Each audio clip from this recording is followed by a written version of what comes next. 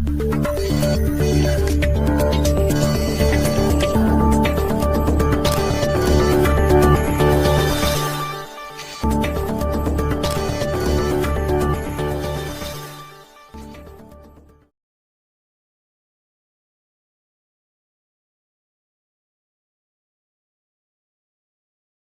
నమ శివాయ.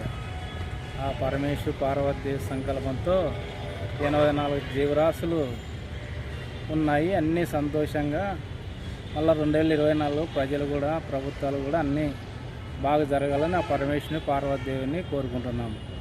నేను 20 ఏళ్ళ సేవ చేయబట్టి గోమాతలు వానరులు కూడా నేను బతికినంత కాలము వాళ్ళ సేవ చేసుకుంటే జీవించాలని కోరుకుంటున్నాను.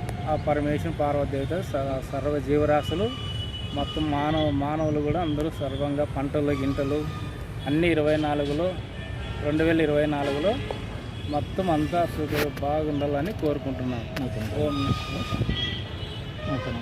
నూతన సంవత్సరం శుభాకాంక్షలు. ఓం నమ శివాయ.